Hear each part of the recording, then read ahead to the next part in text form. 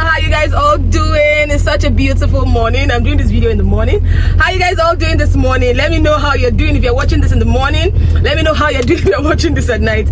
By the way, I am here with my friend, my very, very good friend. We thought about sharing a story with you today. You know, I am on my preconception journey. I decided to share my own stories with you from time to time.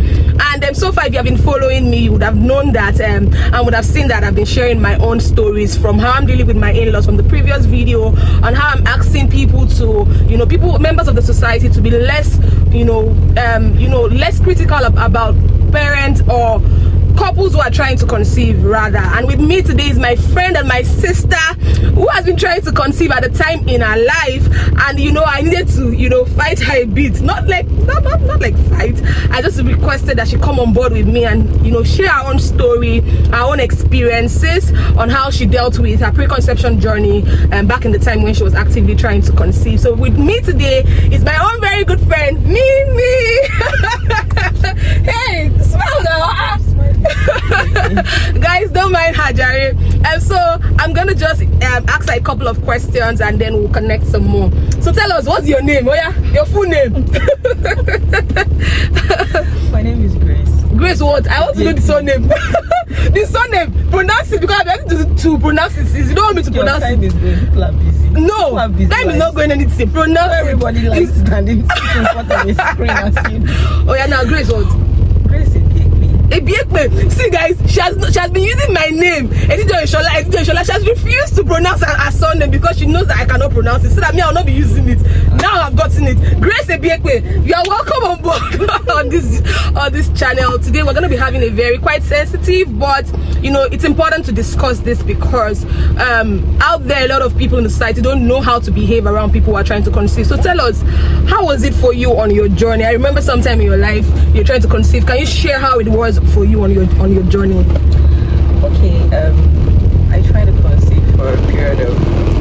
Nice, so that the audio can be. Okay, I started actively trying to conceive 6 months into my marriage, and the problem I had with that, the major problem I faced, was that nobody took me seriously. My doctor didn't take me seriously. My late husband didn't take me seriously, and so it was just a thing of, like, he would always say, why are you putting yourself under pressure? Who's putting you under all this pressure? I'm not putting you under pressure. We have our whole lives to have children, that kind of thing. So he didn't take me seriously, and that was the major problem I faced. Yeah. So I think what you're saying is really, I could connect and relate to what you are saying, because when I tell people that I'm actively trying to conceive, I have a lot of people try to invalidate. You're just a year in marriage. Yeah. You're just 2 years in marriage. When did you even get married? So how did this affect you in some ways? How did this invalidating statement from even people that you expected to sharing that, what you needed at that time to be able to work together for you guys to attain something? How did you feel? How did it make you feel at that time? Well, it made me feel alone, and then the response I got from people made me not want to share, not want to tell people about it, that kind of thing. And the response my late husband gave me also affected, his attitude towards conception, because he always said that, why am I under pressure and everything, and then it affected our sex life, as I mentioned to you what he always used to say that time, during sex, when we are trying to have sex, and especially during the ovulation period. Yeah, I remember something like that. When I'm all in my hormones and I'm trying to, and then he was a very funny person. He would pass his point across, jokingly, and then he would just lie on the bed and he would, we won't be standing, and I'll be trying everything. I wear sexy lingerie, and I'm very, I'm very willful naturally in life, and then things just won't be standing. Of course, there's no way I can even get him to take anything, like any drug or anything. That one was out of it. So I'll try everything, and the thing won't be standing. And he'll just lie down on the bed, and then he'll be saying, "A man with bills doesn't have erection. A man with bills doesn't have erection." So that kind of thing. Like, he says that, and then before I know it, he's snoring, like he's dozed off. So he wasn't serious about it, and then I took it upon myself. I still went to the doctor, who after a while I finally convinced him to go ahead with me, and then gave me all the tests. I ran all the tests, and then by the time I came back, he got to his turn, and then my late husband was like, you know, if we were joking all this while, you know, there is no, just stop that, just stop it. It has gotten to this level. I'm not going with you to see any doctor. There's nothing wrong with me, and I don't know, it's barely a year, you know, that kind of thing. So basically, you know, it made me feel alone because nobody took me seriously, and then everybody would be like, I was even your own. What of my auntie that has not had a child for 10 years? What of my distance? So true, I get to hear that a lot. So at what point were you able to, you know, come to terms with the fact that I'm just on this journey alone, or people would never really understand? At what point did you come to that realization? Well, I don't think I ever really did come to that realization, because I kept on hoping that, okay, maybe like after my marriage clocks 1 year, people will take me seriously, you know, that kind of thing. You're just hoping that people will come around and realize that what you actually want is valid and all of that. But you know, I wish they did at that point in time. You know, I wish they did, because it affected me a lot in the long run. Yeah. Did it affect your mental health in any way? Yeah, it did affect my mental health, but this was, you know, after I lost my husband, and then I was hoping that I was pregnant, you know, and then that was all that was keeping me going, you know. I was just hoping that, okay, at least I would have a piece of my late husband, you know, to carry with me. But so when I found out I wasn't pregnant, you know, after I'd lost him, and you know, the first thing that came to my mind was blame. I blamed him because I remembered when he used to say we have our whole lives ahead, you know, to have a child is putting you under pressure. So I blamed him at first. I was angry at him. I was like, this is what you kept on saying, we have our whole lives, and now you know, you're no more, I have no child, you know, that kind of thing. So I was bitter at people that, you know, didn't take me seriously, and of course the people that genuinely loved me quietly, silently didn't even want me to be pregnant. So I was just bitter at everybody. I feel that if I'd had the support, you know, I needed, it would have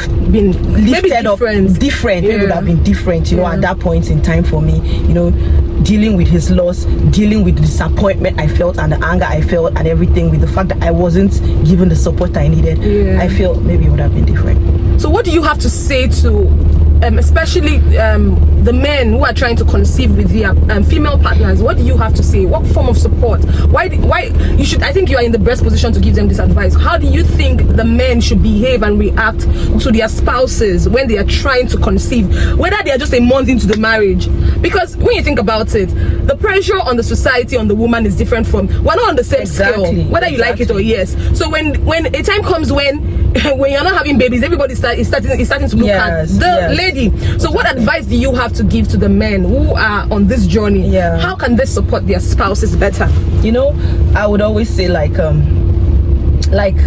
everybody needs support. Everybody needs whatever support. It is that they are going through. And I don't necessarily need to, you know, validate my reason for wanting a baby. I mean, I got married and I want a baby. Even if I want it today, even if I want it on the first day of my wedding night, like literally, I want a baby, and I don't have to keep on explaining to you why I want a baby so much, you understand, or why I'm, you know, you shouldn't make me feel so desperate or so, you know, under pressure, you know, for wanting a baby. Because like there were things like my husband will always say, who's putting you under all this kind of pressure? The truth about it is that some of your loved ones, directly or indirectly, are putting me under pressure, and maybe I don't want to tell you about it, you understand. These are people that I also love, you know, that kind of thing. Maybe I don't want you to look at them differently. Maybe I don't want to cause any form of friction, you know, so I don't want to tell you this is how this person acted, this is how this person acted, or you know, that kind of thing. Some of this pressure maybe unspoken, maybe in people's attitude, you know, that kind of thing. And then I feel this is what is being passed along, and I don't want to just stir that water.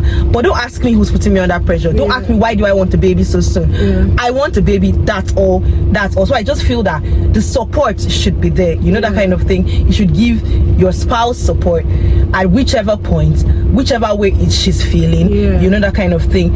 You can never, you know, accurately wear her shoes to know how she's feeling. So I think basically support.